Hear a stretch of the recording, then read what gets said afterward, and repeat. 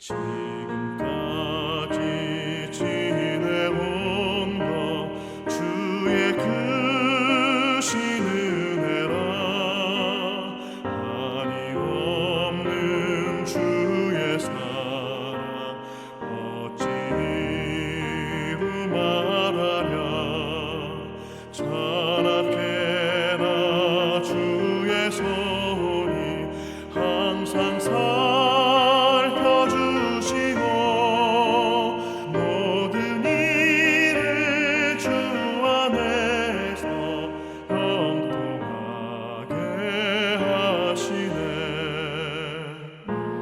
맘도 연약하나 새 힘받아 살았네. 물붓듯이 부으시는 주의 은혜 족하다. 사랑 없는 거리에 나 험한 산길에 갈 때 주의 손을 굳게 잡고 찬송하며 가리라. 주님 다시 배올 날이 날로 다가와. 무거운 짐 주께 맡겨 벗을 날도 멀잖네. 나를 위해 예비하신 고향 집에 돌아가 아버지의 품 안에서 영원토록 살리라. 오늘 아침 우리가 보실 하나님의 말씀은 이사야 48장 9절부터 11절입니다. 내 이름을 위하여 내가 노하기를 더디할 것이며 내 영광을 위하여 내가 참고 너를 멸절하지 아니하리라. 보라, 내가 너를 연단하였으나 은처럼 하지 아니하고 너를 고난의 풀무불에서 택하였노라. 나는 나를 위하며 나를 위하여 이를 이룰 것이라. 어찌 내 이름을 욕되게 하리요 내 영광을 다른 자에게 주지 아니하리라. 오늘 아침 우리에게 주신 하나님의 말씀입니다. 여러분, 요즘 코로나19 전염병이 또 전국적으로 확산하고 있어서 모든 국민들이 두려워하고 있습니다. 이럴 때 하나님의 돌보심으로 여러분을 안전하게 지키시기를 바랍니다. 그리고 또 연일 계속되는 폭염 가운데서도 하나님께서 영혼을, 마음을 시원하게 해주시는 축복의 은혜가 함께 하시기를 바랍니다. 많이 힘들고 어려우시죠? 답답하시죠? 그러나 우리가 이렇게라도 하나님의 말씀을 서로 나누고 대하고 묵상할 수 있는 기회를 주신 것, 이 모든 것들이 다 하나님 은혜입니다. 힘들고 어려운 중에 그 틈에 우리를 채워주시는 하나님의 은혜가 가득하시기를 축복합니다. 오늘 본문을 좀 짧게 읽었습니다. 9절부터 11절 중심으로 읽었는데 여기 10절 말씀에 보시면 이스라엘 백성들이 바벨론 포로 생활로 고난을 받을 것이라고 하는 것을 예언한 말씀입니다. 여러분, 한번 이런 생각을 해보세요. 우리가 인생을 살다 보면 고난을 겪을 때가 참 많이 있는데 고난이 왔을 때 그 고난이 반드시 나쁘기만 할까? 고난이 나쁘기만 할까?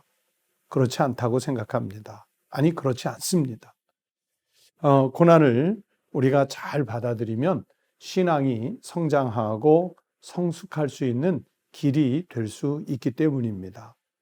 이 고난을 통해서 우리가 바른 길로 간다면 그것은 오늘 성경의 말씀대로 풀무질로를 통해서 좋은 철, 좋은 금, 좋은 은을 내는 것과 같은 그런 연단이 있습니다.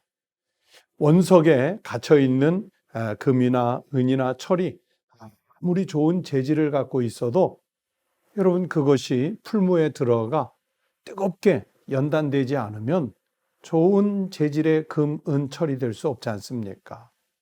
고난은 바로 우리에게 그런 역할을 합니다. 오늘 우리가 살고 있는 이 현대는 고난의 시대입니다. 여러분 살면서 물론 6.25를 겪으신 분도 있겠고 일제시대를 겪으신 어르신들도 계시겠지만 이렇게 2020년처럼 전염병 또는 수해, 태풍 이런 것들을 이렇게 겹쳐서 한꺼번에 겪었던 시대는 거의 없었을 것입니다. 이런 상황에서 이 고난의 시대에 이런 고난의 시대 상황에서 교회의 민낯을 보게 됩니다. 성도들, 즉 교인들의 신앙의 민낯을 볼 수 있는 기회가 됩니다. 여러분, 이 성도나 교인들의 신앙 정도, 수준 이런 것들은 언제 더 확연히 드러나냐면 이 2020년처럼 고난의 시대 때 아니면 예전에 어르신들이 겪었던 전쟁의 시대 때, 핍박의 시대 때 바로 그럴 때 우리 성도들의 그리스도인들의 신앙의 정도, 수준을 볼 수 있습니다. 여러분 오늘 말씀을 통해서 우리가 생각해야 할 것은 믿음의 사람들이 고난에 대처하는 법이 따로 있다는 사실입니다. 그것은 첫 번째, 고난 중에도 감사와 기쁨이 있어야 합니다. 보통 일반적으로 생각하면 고난을 받으면 사람은 본능적으로요, 원망이 나오고 불평이 나오고 불만이 쏟아져 나옵니다. 왜냐하면 자신이 불편하기 때문에 그렇습니다. 그러나 영적으로 생각하면 고난의 의미를 잘 모르기 때문에 원망, 불평이 먼저 나오는 것이죠. 여러분, 그리스도인은 고난이 없습니까? 그리스도인도 신앙이 정말 좋은 분도 고난은 반드시 있습니다. 그러나 우리 그리스도인들이 겪는 고난을 잘 보시면 의미 없는 고난은 없습니다. 우리가 믿는 그리스도교 자체가 십자가를 믿는 신앙 아니겠습니까? 우리 주님 예수 그리스도께서 십자가에 달리셔서 우리의 생명을 구원해 주신 이것이 우리 복음의 핵심입니다. 즉 우리는 십자가를 믿는 신앙, 즉 박해를 믿는 신앙입니다. 그렇기 때문에 그리스도인들은 어떤 박해나 고난이 와도 핍박이 와도 그것을 수용하는 마음, 자세를 가지고 있습니다. 여러분 보세요. 바울은 예수 그리스도의 복음을 전하다가 그만 붙잡혀서 감옥에 들어갔지 않습니까? 오늘날과 같은 그런 양질의 감옥 생활이 아닙니다. 지하 토굴 같은 곳에 습하고 어둡고 정말 사람의 그 정신을 억누르는 그런 감옥에 들어간 겁니다. 그곳에서 바울이 찬양을 합니다. 그 고난 중에 기쁨을 표현을 합니다. 그랬더니 그곳에서 옥문이 열리고 그들을 묶었던 착고가 풀어지는 역사가 일어났습니다. 여러분, 고난은 바울처럼 수용하는 마음이 있으면 우리를 성숙시키려는 하나님의 뜻이 그 안에 있다는 것을 깨닫게 됩니다.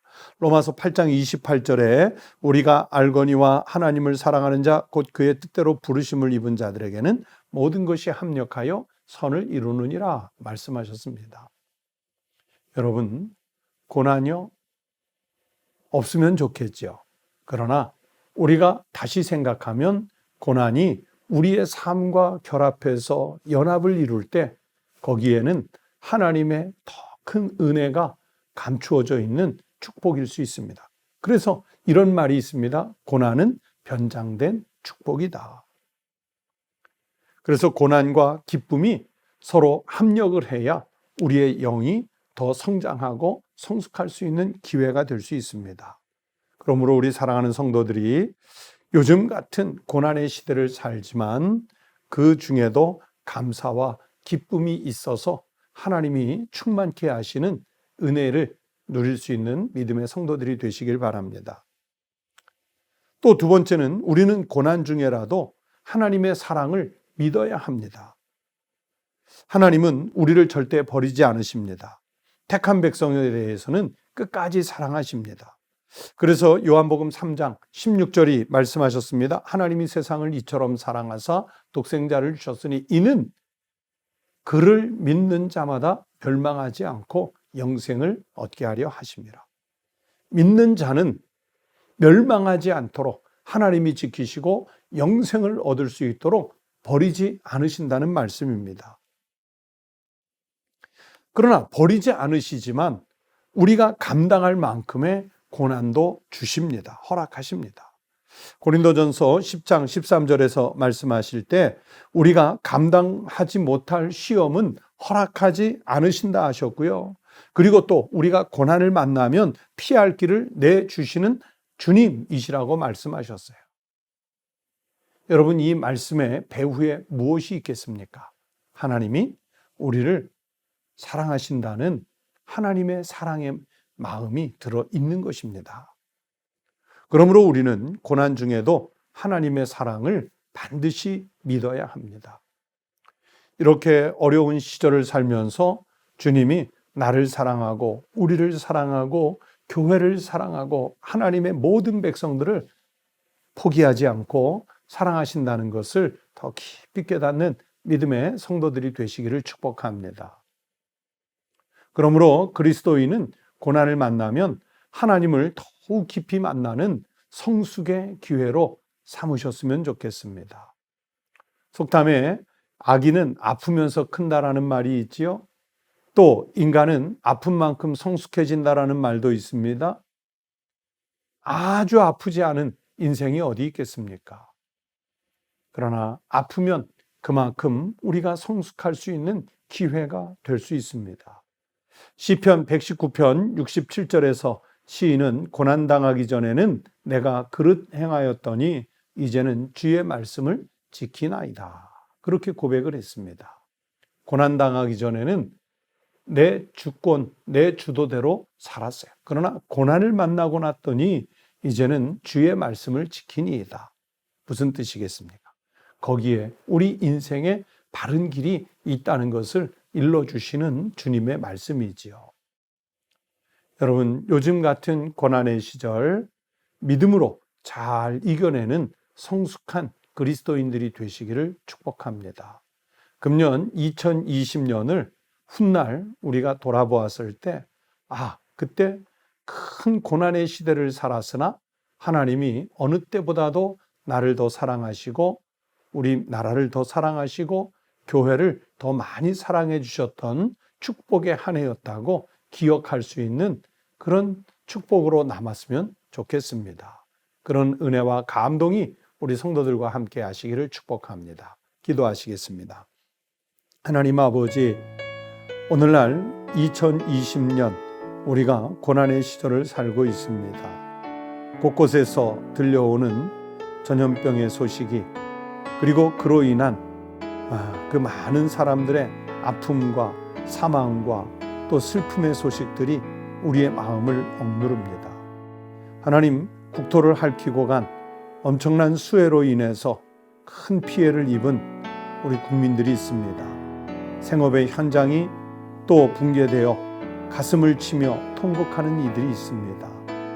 하나님 아버지, 이 고난의 시절에 우리가 눈을 들어 여호와 하나님 바라볼 수 있게 하시고 주님을 간절히 찾는 이들에게 하나님은 피할 길을 내주시고 저들을 회복하시고 치유하시는 은혜와 역사가 일어나게 하여 주시옵소서.